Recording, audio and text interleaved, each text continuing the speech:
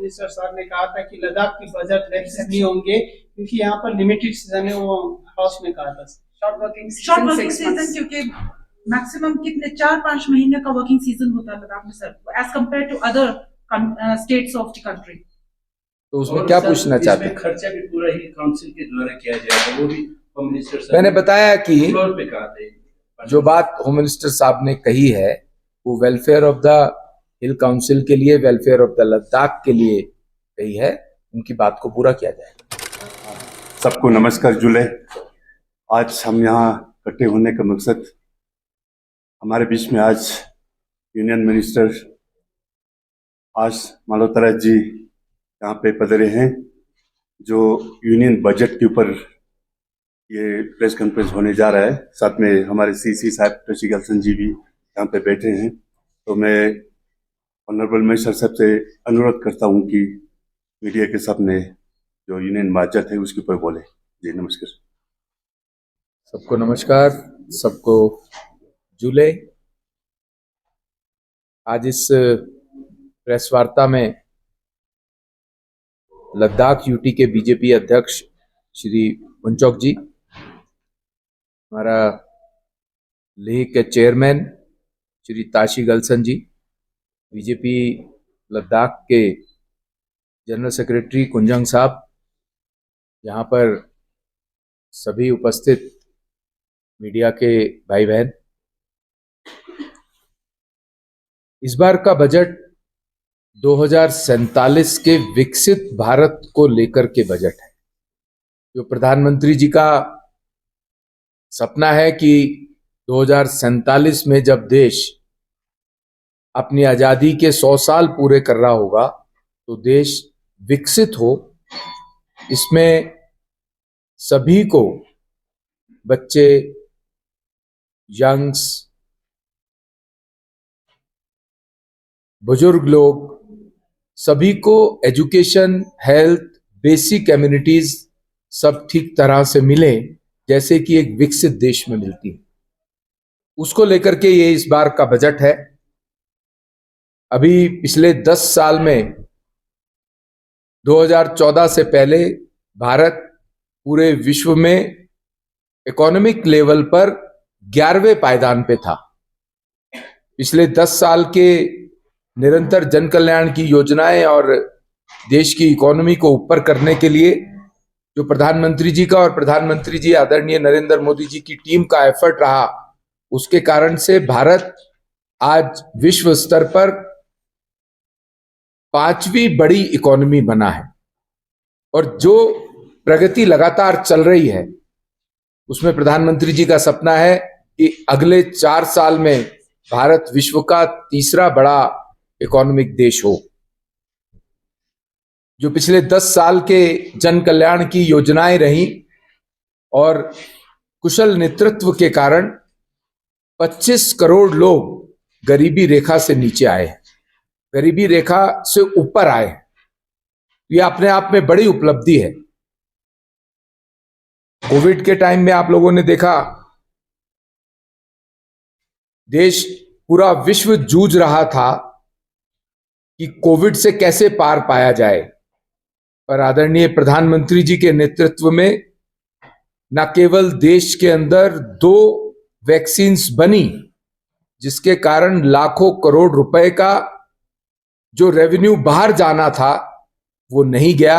हमें वैक्सीन्स बाहर से नहीं खरीदनी पड़ी, देश के अंदर बनी और देश में 220 करोड़ वैक्सीन की डोजेज 140 करोड़ लोगों को लगी, बिना किसी भेदभाव के, बिना किसी भी तरह के जाति, धर्म, समुदाय के भेदभाव के। और न केवल देशवासियों को बचाया गया बल्कि बाहर 160 देशों को वैक्सीन्स को अन्य देशों में भी एक्सपोर्ट किया गया, फ्री ऑफ कॉस्ट एक्सपोर्ट किया गया। आज प्रधानमंत्री जी के नेतृत्व में, क्योंकि मेरे पास रोड ट्रांसपोर्ट मिनिस्ट्री भी है, 2014 से पहले देश के अंदर नेशनल हाईवेज 90,000 किलोमीटर थे। 2014 से 24 के बीच का जो दशक रहा उसमें 55,000 किलोमीटर नया नेशनल हाईवे बना है। तो जो आज 1,45,146 किलोमीटर का नेशनल हाईवे बना है, ये जो नेशनल हाईवे है ये केवल रोड्स और कंक्रीट की रोड्स नहीं है, ये वो नेशनल हाईवे है जो देश की प्रगति का नेशनल हाईवे है। ये वो नेशनल हाईवे है जो देश की इकोनॉमी को 5वें पायदान पर विश्व स्तर पर लेके आया है। आज अगर हम हाईवेज के ऊपर 1 रुपया खर्च करते हैं तो वो हमारी जीडीपी में 3 का इजाफा करता है। तो सीधा सीधा 1:3 नेशनल हाईवे का डेवलपमेंट हमारे जीडीपी में 3 का कंट्रीब्यूशन करता है। आज हमारे इन नेशनल हाईवेज और इंफ्रास्ट्रक्चर डेवलपमेंट के कारण देश के अंदर रोजगार बढ़ा है। मैं आपको बताना चाहता हूं कि नेशनल हाईवेज और इंफ्रास्ट्रक्चर के कारण जो रोजगार मिला वो 45 करोड़ मैन डेज का रोजगार मिला है। डायरेक्ट 45 करोड़ मैन डेज का रोजगार डायरेक्ट मिला है और इनडायरेक्ट रोजगार 400 करोड़ मैन डेज का मिला है। इतना बड़ा रोजगार इंफ्रास्ट्रक्चर के कारण से देश के अंदर पैदा हुआ और हमारे युवाओं को काम मिला है। इसके अलावा लगभग 400 करोड़ मैन डेज का रोजगार इस कंस्ट्रक्शन के कारण इंड्यूस हुआ है। तो आप इन टोटल देखेंगे तो लगभग 850 करोड़ मैन डेज का रोजगार हमारे इंफ्रास्ट्रक्चर के कारण मिला है। आज से 10 साल पहले देश के अंदर अगर एयरपोर्ट्स को देखें, जो कनेक्टिविटी बढ़ी है पिछले 10 साल में, 10 साल से पहले जो एयरपोर्ट्स थे 72 एयरपोर्ट्स थे, आज 152 एयरपोर्ट्स हैं। आज देश के अंदर रेलवेज का लगभग 90% से ज्यादा इलेक्ट्रिफिकेशन हो चुका है। आज रेलवेज इलेक्ट्रिसिटी के आधार पर चलती है। पिछले 10 साल के अंदर की जो प्रगति है वो प्रगति देश के 140 करोड़ लोगों की प्रगति है, जिसके कारण से 25 करोड़ लोग गरीबी रेखा से ऊपर आए। अगर मैं एजुकेशन सेक्टर की बात करूं तो देश के अंदर 2014 से पहले 7 एम्स थे जो कि मेडिकल चिकित्सा के अंदर उत्कृष्ट सेवाएं जनता को देते हैं। आज 20 एम्स बन गए हैं। पहले 16 आईआईटीज थे, इंजीनियरिंग के बड़े इंस्टीट्यूट्स, आज 23 आईआईटीज देश के अंदर हैं। पिछले 10 साल के अंदर आप देखिए कितना एजुकेशन के लेवल पर हमने तरक्की की है। इंडियन इंस्टीट्यूट ऑफ मैनेजमेंट 2014 से पहले 13 थे, आज 21 हमारे आईआईएम देश के अंदर हैं।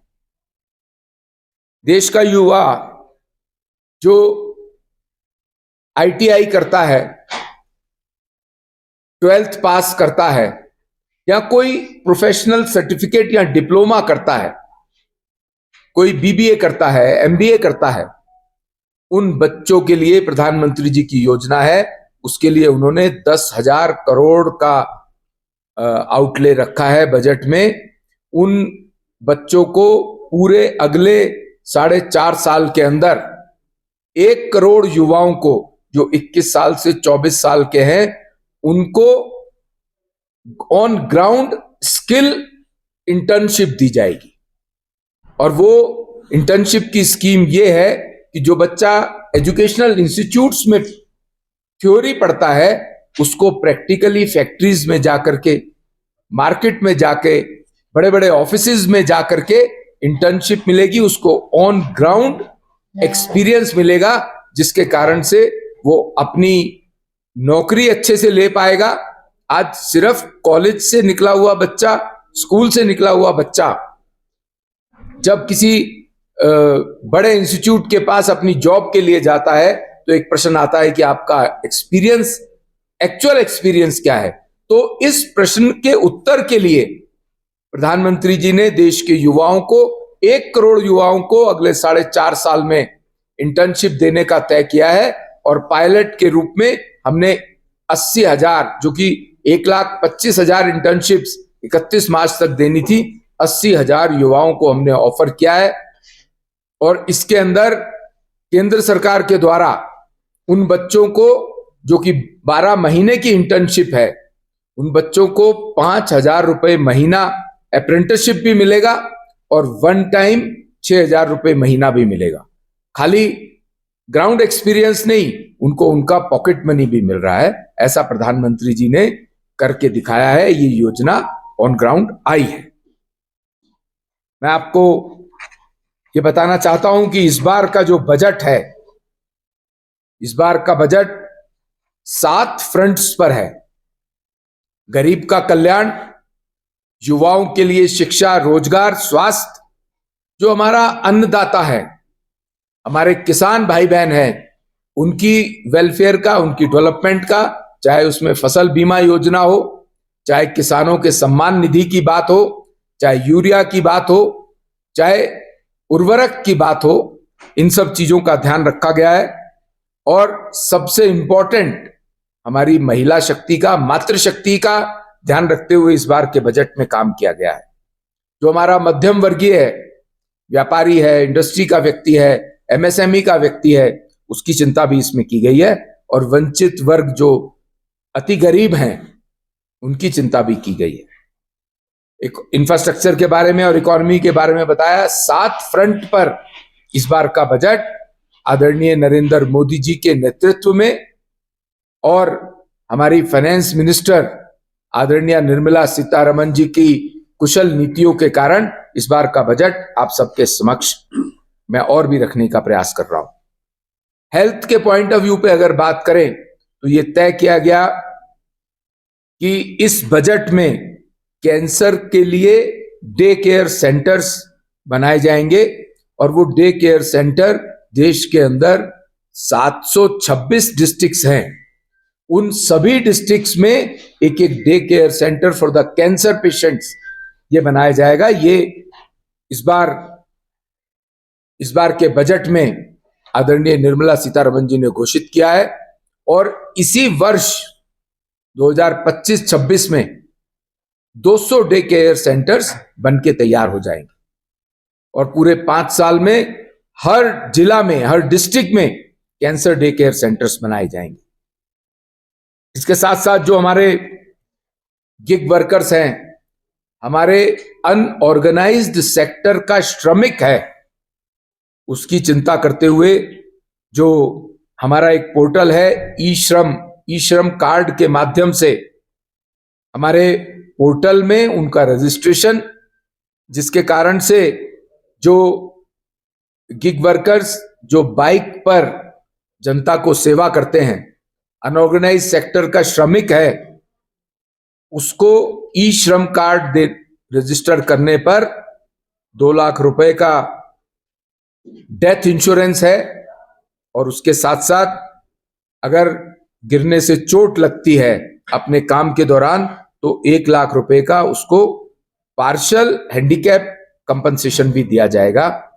इसके साथ साथ जो हमारा gig worker 1 crore gig worker है, अगर वो ई श्रम कार्ड बनवाता है, उस पोर्टल पर रजिस्टर करता है, तो जो देश की सबसे बड़ा हेल्थ इंश्योरेंस है आयुष्मान भारत योजना, जिसमें 5 लाख रुपए तक का इलाज गरीब लोगों को हर साल, परिवार में किसी एक व्यक्ति के लिए 5 लाख रुपए तक का इलाज किसी भी प्राइवेट हॉस्पिटल में मुफ्त है। ये प्रधानमंत्री जी की योजना लगातार चली आ रही है। ई श्रम कार्ड वाले जो हमारे गिग वर्कर्स हैं, उनको भी इसके साथ इंटीग्रेट किया गया है, जिसके कारण से उनको 5 लाख रुपए तक का इलाज प्राइवेट हॉस्पिटल में मुफ्त मिल पाएगा।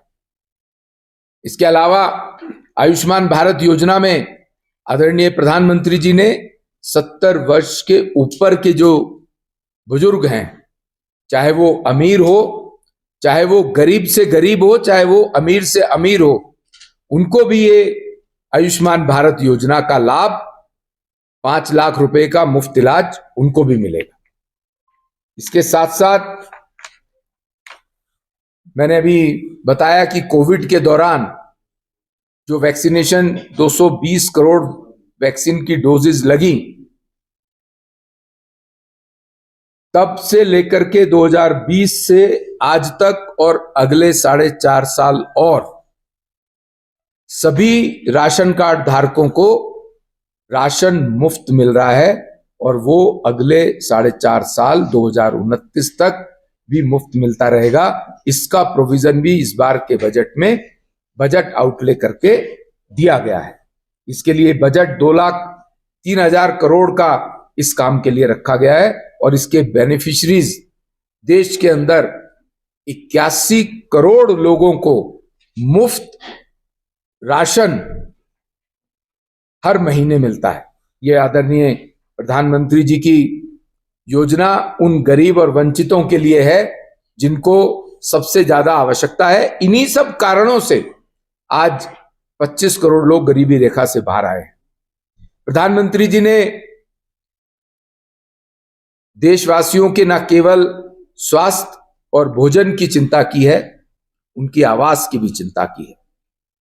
इसके लिए 78,000 करोड़ का बजट रखा गया है और अब तक 3.5 करोड़ लोगों को प्रधानमंत्री आवास योजना के तहत मकान भी मिल चुका है और ये योजना आगे तक चलती रहेगी। इसके लिए भी 78,000 करोड़ का प्रोविजन आदरणीय प्रधानमंत्री जी ने इस बार के बजट में रखा है। जल जीवन मिशन की बात करूं तो आज प्रत्येक गांव में पीने का पानी नल से पहुंच रहा है और मुझे ये बताते हुए खुशी भी हो रही है कि हमारे लद्दाख में भी जल जीवन मिशन की सफलता 80% से ज्यादा है और जल जीवन मिशन के तहत जब पीने का पानी नल से किसी व्यक्ति के घर पहुंचता है तो उसकी खुशी का ठिकाना नहीं रहता है। स्वच्छ भारत मिशन के अंतर्गत प्रधानमंत्री जी ने मातृशक्ति की, माताओं बहनों की ये चिंता की कि आजादी के 65 वर्षों के बाद भी 2014 से पहले हमारी माताएं बहनें खुले में शौच के लिए जाती थी। अगर दिन में उनको जाना पड़ जाए तो या तो वो घर पे ही बैठी रह जाती थी, जिसके कारण से उनको बीमारियां होती थी और शौच पे जाने के लिए सूर्य उदय से पहले और सूर्य अस्त के बाद जाना पड़ता था। उनके सम्मान की रक्षा करने के लिए जो उन्होंने सम्मान घर महिलाओं को, माताओं बहनों को दिया है, उसकी संख्या मैं बताना चाहता हूं। 12 करोड़ 40 लाख नए शौचालय और कम्युनिटी शौचालय किसी के घर में या समाज में शौचालय बना करके माताओं बहनों के सम्मान की रक्षा आदरणीय प्रधानमंत्री जी ने की है। मित्रों, मैंने आपको बताया कि युवाओं के लिए इंटर्नशिप की योजना लेके आए हैं। पूरे 5 साल में 1 करोड़ युवाओं को इंटर्नशिप दी जाएगी, जिससे कि वो अपनी एजुकेशन को प्रैक्टिकल स्किल के साथ जोड़ सकें। इसके साथ साथ इस बार के बजट में 50,000 अटल टिंकरिंग लैब बनाने की भी घोषणा आदरणीय प्रधानमंत्री जी ने, आदरणीय निर्मला सीतारमण जी ने की है, जिसके कारण से जो हमारा युवा स्टूडेंट कॉलेज में, स्कूल में पढ़ रहा है, उसको इनोवेशन करने का मौका मिले और देश के अंदर युवाओं के ब्रेन से देश की तरक्की में उनकी हिस्सेदारी हो, इस बात की भी चिंता की है। इसके लिए 50,000 टिंकरिंग लैब की घोषणा आदरणीय प्रधानमंत्री जी ने की है। मेरे को ये बताते हुए बहुत प्रसन्नता है कि 2014 से पहले एजुकेशन का मैंने आपको बताया था, 2014 से पहले एमबीबीएस की सीट पूरे देश के अंदर लगभग 45,000 बच्चे एमबीबीएस करते थे एक साल में। प्रधानमंत्री जी के कॉन्टिन्यूअस एफर्ट के कारण आज 1,10,000 बच्चा एमबीबीएस की सीट ग्रहण करता है। एक साल में 1,10,000 बच्चा एमबीबीएस करके आता है। इसी तरह मेडिकल एजुकेशन के पोस्ट ग्रेजुएशन में जो पहले 25,000 जो हमारे ग्रेजुएट एमबीबीएस पीजी करना चाहते थे तो 25,000 सीट थी, आज वो सीट बढ़ के 52,000 हुई है। तो मेडिकल क्षेत्र में भी खाली इंफ्रास्ट्रक्चर की बात नहीं है, खाली अगर प्रधानमंत्री जी ने ये तय किया कि हर जिले में एक मेडिकल कॉलेज होगा अगले 5 साल के अंदर, तो उसके लिए डॉक्टर्स का होना भी जरूरी है। उसकी चिंता भी आदरणीय प्रधानमंत्री जी ने की है, जिसके कारण से दुगनी से ज्यादा सीट्स एमबीबीएस और पोस्ट ग्रेजुएशन की तय की गई हैं। मैं कुछ बातें रोड इंफ्रास्ट्रक्चर को लेकर के जो विशेष तौर से लद्दाख रीजन को लेकर के है, उसके ऊपर भी आपका ध्यान दिलाना चाहता हूं। भारत की सरकार ने 2020-21 से लेकर आज तक लद्दाख रीजन के लिए 20,760 करोड़ रुपया यहां के विकास के लिए दिया है। और इस बार के बजट में भी 4,692 करोड़ रुपए का आउटले लद्दाख रीजन के लिए रखा है। ये बजट आउटलेज हैं जो कि ओवरऑल डेवलपमेंट के लिए है, पर उसके बावजूद जो प्लान हेड में लद्दाख के लिए पैसा दिया जा रहा है वो इससे कहीं अधिक है, वो योजनाओं के अकॉर्डिंग है। उसके लिए मैं अगर बात करूं तो जो रोड ट्रांसपोर्ट मिनिस्ट्री है उसमें जो कारगिल जंस्कार रोड बन रही है वो लगभग 3,000 करोड़ रुपए की 224 किलोमीटर की रोड बन रही है, जिससे कारगिल से जंस्कार का आना जाना सुगम भी होगा और सीमलेस भी होगा। वो ऐसा मानते हैं कि ये हम इस साल के अंत तक, नवंबर-दिसंबर तक वो रोड पूरी कर पाएंगे। एक लेह से जंस्कार की भी कनेक्टिविटी की तैयारी चल रही है, उस पर काम चल रहा है। लगभग 2,800 करोड़ रुपए की लागत से नीमू से होते हुए जो जंस्कार के लिए रोड बन रही है, उससे पहले लेह से जंस्कार जाने के लिए कारगिल होके जाना पड़ता था और वो लगभग 470 किलोमीटर का रास्ता था। जब ये लेह से जंस्कार वाया नीमू होकर के जाते हैं या जाएंगे, जब ये रोड बन जाएगी जो कि प्रधानमंत्री डेवलपमेंट प्रोग्राम के अंतर्गत बन रही है, जिसके ऊपर 2,800 करोड़ रुपए का आउटले रखा गया है, तो ये केवल 220 किलोमीटर का रास्ता रह जाएगा जो पहले 470 किलोमीटर का था। इससे पैसा भी बचता है, इससे टाइम भी बचता है, इससे एनर्जी भी बचती है। ये एक बड़ी योजना लेह के लिए है। मैंने आपको बताया कि कारगिल से जंस्कार के लिए भी एक अलग हमारा नेशनल हाईवे बन रहा है जो कि इस वर्ष के अंत तक बन के तैयार हो जाएगा। इसके अलावा एक रोड है जो पंद्रास पंचकुन और जोजिला कारगिल लेह NH1 पर 2 लेन की स्पेसिफिकेशन का है। छोटा प्रोजेक्ट है, 27 किलोमीटर का, 426 करोड़ का, लेकिन वो भी मैं मानता हूं कि जून तक हम तैयार करके आपको देंगे। हमारे ministry of road transport BRO के साथ मिलके उस रोड को बना रहा है। 3 ब्रिजेस हमारे कंप्लीट हो चुके हैं। वो ब्रिजेस लगभग मैं अगर कहूं तो 60 करोड़ की लागत से 3 ब्रिज बने हैं जो कि कंप्लीशन पे हैं। उसको वो जल्दी ही आवागमन के लिए शुरू भी हो जाएंगे, ऐसा मानता हूं। इसके अलावा प्रधानमंत्री जी का एक बहुत बड़ा विजन है कि गांव को मार्केट के साथ जोड़ना, किसान को मार्केट के साथ जोड़ना, गांव को शहर के साथ जोड़ना। इसके अंतर्गत जो योजना है प्रधानमंत्री ग्रामीण सड़क योजना, मेरे को बताते हुए अच्छा लग रहा है कि लद्दाख रीजन में 288 करोड़ रुपया इसके लिए सैंक्शन हुआ है और 418 किलोमीटर की सड़क प्रधानमंत्री ग्रामीण सड़क योजना के अंतर्गत बन गई हैं और वो बन रही हैं, जिसके कारण से जो किसान का प्रोडक्ट है, जो पहले 10-12 घंटे में वो मार्केट में लेकर के पहुंचा करता था और वो कई बार वो प्रोडक्ट खराब भी हो जाता था, लेकिन आज वो समय 3-4 घंटे में प्रधानमंत्री ग्रामीण सड़क योजना के कारण जो सीधा नेशनल हाईवेज को और शहरों को कनेक्ट करता है, उसके कारण से वो सिर्फ 3-4 घंटे का रास्ता रह गया है। ये भी एक बड़ा इनिशिएटिव है देश की इकोनॉमी को सुदृढ़ करने का आदरणीय प्रधानमंत्री जी का। जोजिला टनल आप लोगों के ध्यान में ही है कि लगभग कंप्लीशन पर है।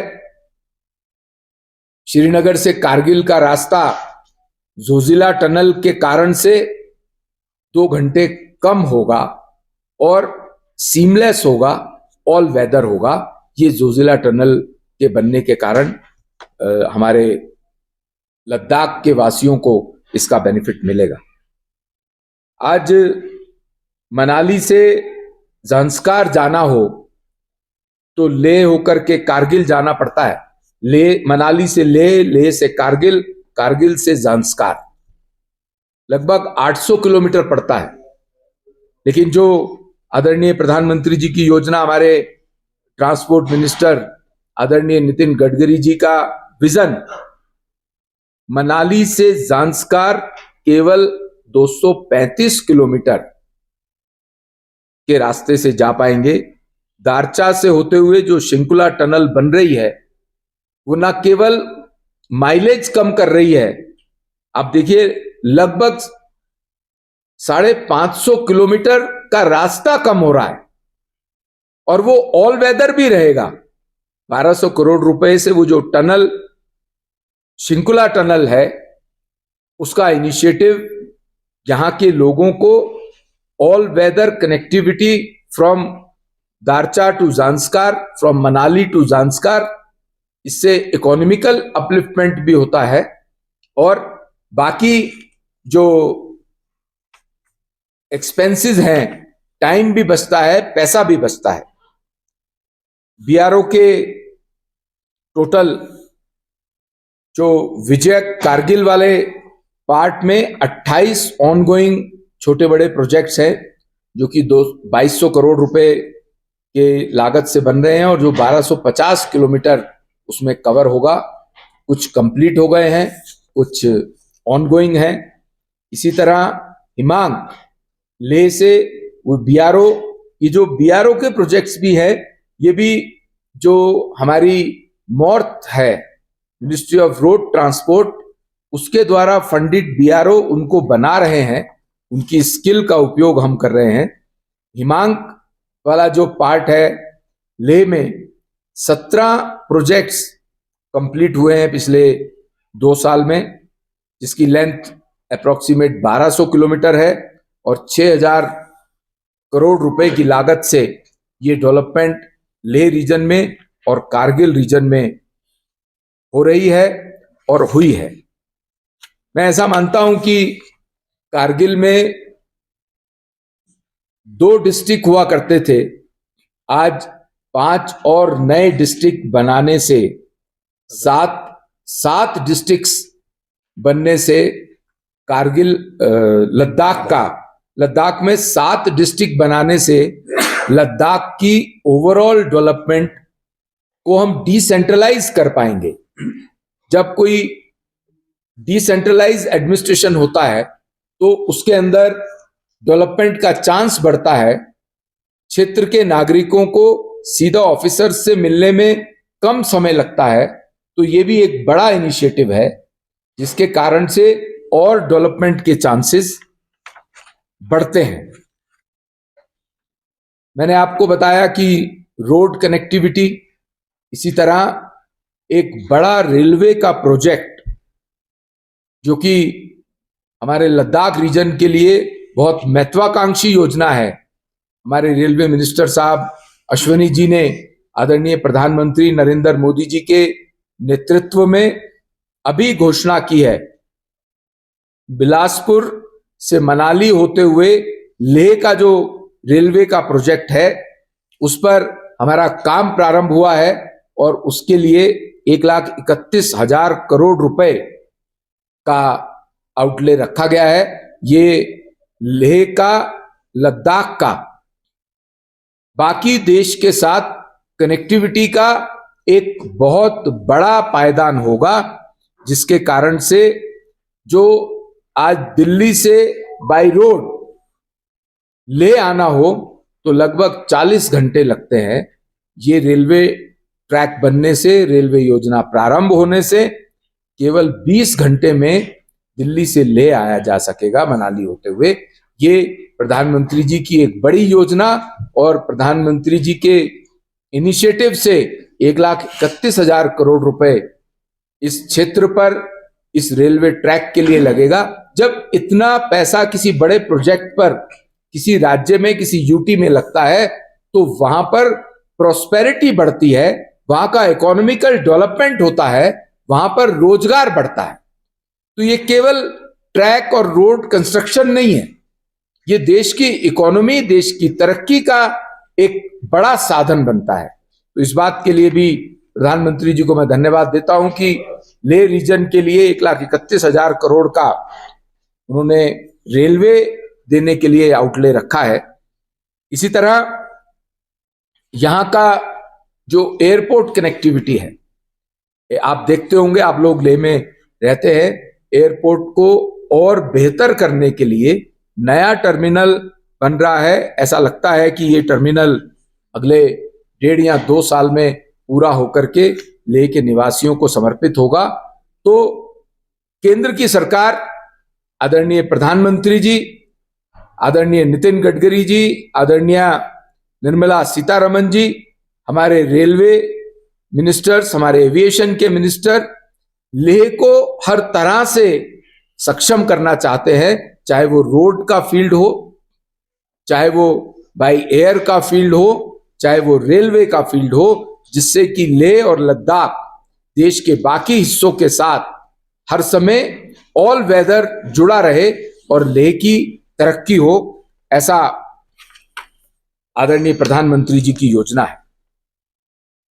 2021 में बीआरओ ने 5 मेजर रोड इंफ्रास्ट्रक्चर प्रोजेक्ट्स की कनेक्टिविटी लद्दाख में दी थी और लगभग हाईएस्ट मोटरेबल रोड्स जो ईस्टर्न लद्दाख में 19,300 फीट पर बीआरओ ने बना के दी थी, जिससे कि लद्दाख रीजन का सोशियो इकोनॉमिक कंडीशंस बहुत बेहतर हुई और उसी दौरान 11 ब्रिजेस भी बने थे। आज यूनियन कैबिनेट ने और इस बजट में 4 किलोमीटर का जो शंकुला टनल का मैंने आपको बताया, उसका मुझे ऐसा लगता है कि वो दिसंबर 2025 तक हम पूरा कर पाएंगे। इसके अलावा जो आपका एयरपोर्ट बन रहा है, इसके लिए भी 480 करोड़ रुपए का बजट इस बार दिया है और आदरणीय मोदी जी ने अभी 2019 में ही, जैसे ये यूटी बना था, तो एक 220 किलोवाट का ट्रांसमिशन इलेक्ट्रिसिटी का सेंटर भी, हाइड्रो इलेक्ट्रिक प्रोजेक्ट, जिससे कि पूरा लद्दाख रीजन में ग्रिड के माध्यम से इलेक्ट्रिसिटी पहुंच सके। अभी बहुत से दूर दराज के इलाकों में ग्रिड के माध्यम से इलेक्ट्रिसिटी नहीं है, उस पर भी काम लगातार चल रहा है। हर डिस्ट्रिक्ट में मेडिकल कॉलेज खोलना प्रधानमंत्री जी का सपना है और लेह के लिए एक मेडिकल कॉलेज और बड़ा हॉस्पिटल प्रपोज्ड है। मैं ऐसा मानता हूं कि जो प्रोजेक्ट्स बेस बजट आउटले है वो नॉर्मल बजट से अलावा भी लेह को मेडिकल कॉलेज के लिए मिल रहा है और जल्दी ही मेडिकल कॉलेज का काम यहाँ पर जल्दी प्रारंभ होगा। इसके अलावा जो मेरे को अभी मेरे साथी भी बता रहे थे कि लद्दाख में जो एशिया का, साउथ ईस्ट एशिया का first night sky sanctuary, wildlife sanctuary के अंदर बन के तैयार हुई है। ये हैनले में जो ये ऑब्जर्वेटरी बनी है, ये विश्व की one of the best observatory है और इससे लद्दाख रीजन में, लेह रीजन में टूरिज्म को भी बढ़ावा मिलता है और एजुकेशन को भी बढ़ावा मिलता है। जो बच्चे इस पर रिसर्च, स्टूडेंट्स रिसर्च और स्टडीज करना चाहते हैं एस्ट्रोफिजिक्स को, उनके लिए भी एक बहुत बड़ा, मैं मानता हूं, पायदान है और यहाँ के टूरिज्म को भी इससे बहुत बढ़ावा मिलता है। एक तरफ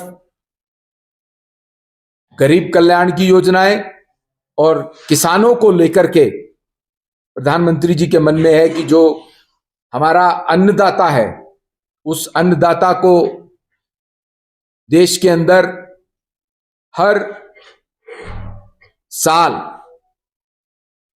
6,000 रुपए किसानों को सम्मान निधि के रूप में मिलता है, जिससे कि वो अपनी रोजमर्रा की छोटी जरूरतें, जो छोटा किसान है उसको आदरणीय प्रधानमंत्री जी की योजना से ये मिल रहा है। और नैनो यूरिया, जिससे कि यूरिया का मिसयूज भी नहीं हो और किसान के काम भी आ सके, इस पर भी प्रधानमंत्री जी ने विशेष ध्यान दिया है। अंत में जो हमारा छोटा उद्योग का सेक्टर है, जिसको एमएसएमई सेक्टर कहते हैं, एमएसएमई सेक्टर हमारी देश की इकोनॉमी के लिए सबसे महत्वपूर्ण सेक्टर है। एमएसएमई की डेफिनेशन को इंक्रीज किया है। पहले वो 1 करोड़ का उनका नेटवर्थ को एमएसएमई कहते थे, आज 2.5 करोड़ भी जिसका है उसको भी एमएसएमई के एम्बिट में लाया गया है। और उनकी टर्नओवर पहले एमएसएमई की डेफिनेशन में 5 करोड़ की टर्नओवर थी, उसकी डेफिनेशन में 10 करोड़ वाले, जो 10 करोड़ की टर्नओवर वाले जो एमएसएमई सेक्टर के लोग हैं, उनको भी एमएसएमई के एम्बिट में लाया गया, जिससे कि एमएसएमई की जो लाभ सेंट्रल गवर्नमेंट देती है उन सबको मिल सके।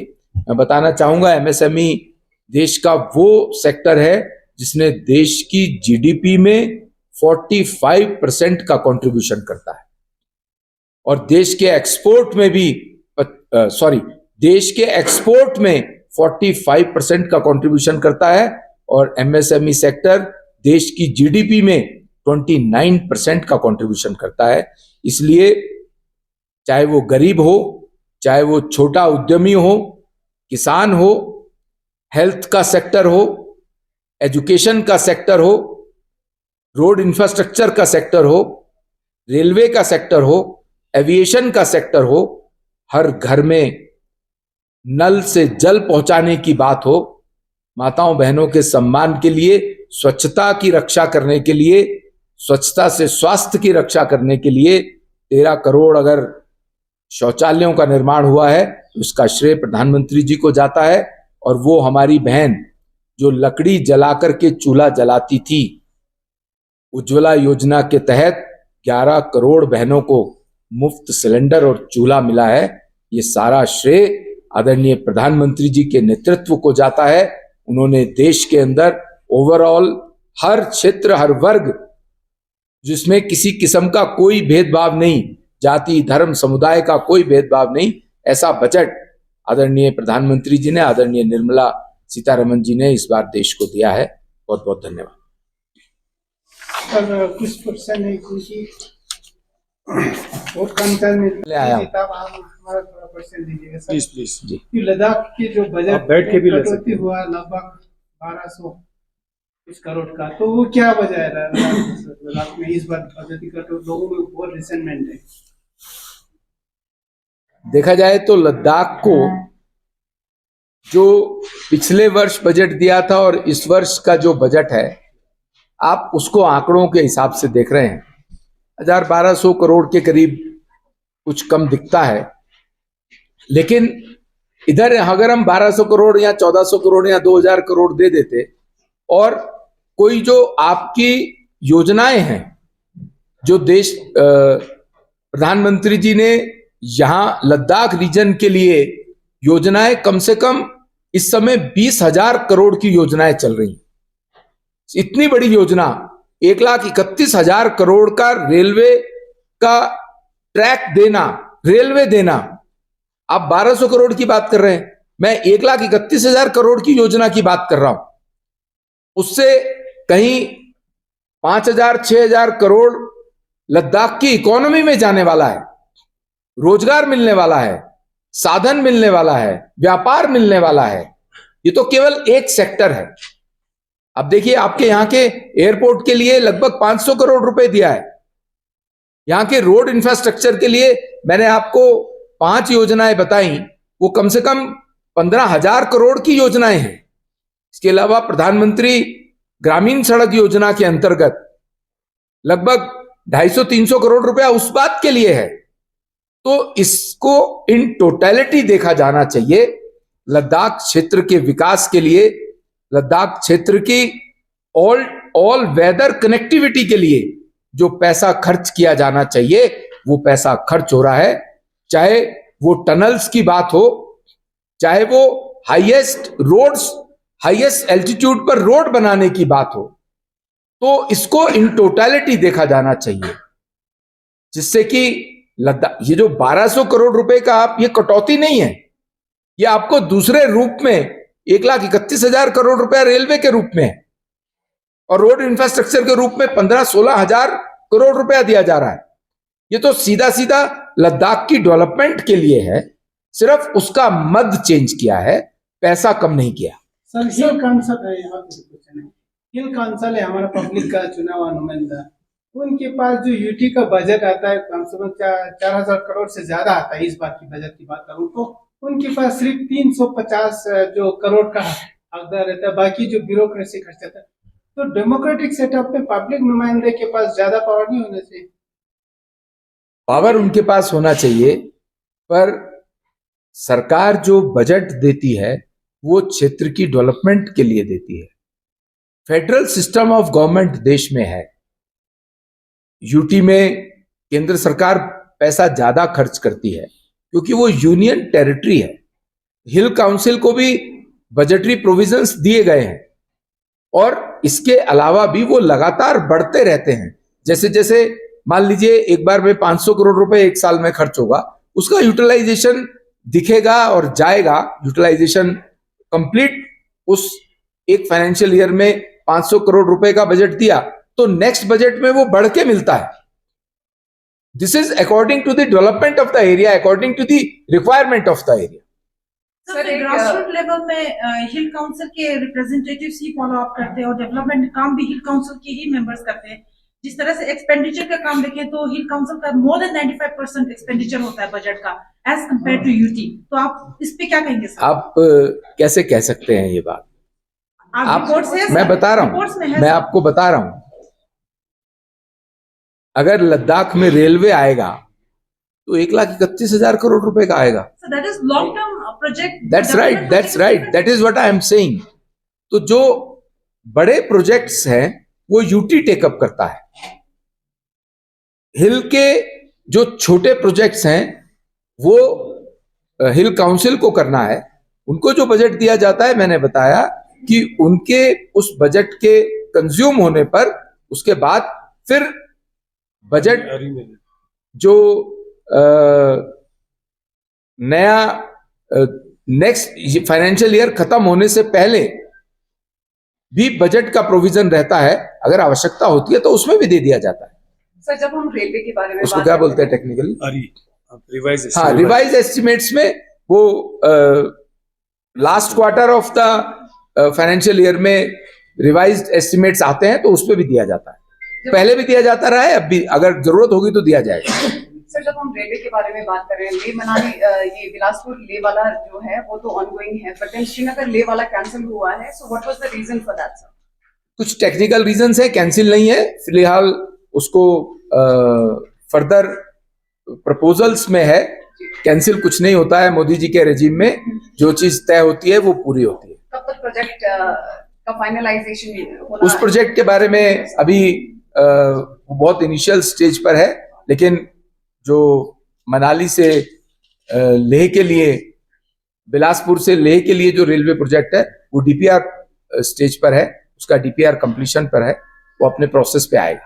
सर फंडिंग के लैप्सेबल के बारे में, ये जो हमारे जो फंड्स होते हैं फाइनेंशियल ईयर में अगर वो यूज नहीं होता है वो लैप्स होता है, सो अगर इसको नॉन लैप्सेबल ऐसा नहीं होता है मैडम, ऐसा नहीं होता है। ये पूरे देश के लिए रूल है। आपको अगर पैसा दिया गया और आप खर्च नहीं कर पाएंगे तो इसका मतलब इनएफिशिएंसी कहीं ना सर, कहीं मैं आपको स्थानीय एडमिनिस्ट्रेशन की भी है, तो वो उन्हें पूरा करना चाहिए। सर इस पे मैं कहना चाहूंगा कि याद दिलाएं, जब होम मिनिस्टर साहब ने कहा था कि लद्दाख की बजट लैप्सेस नहीं होंगे क्योंकि यहाँ पर लिमिटेड सीजन है, वो हाउस में कहा था। शॉर्ट वर्किंग सीजन क्योंकि मैक्सिमम कितने 4-5 महीने का वर्किंग सीजन होता है लद्दाख में sir, as compare to other states of the country.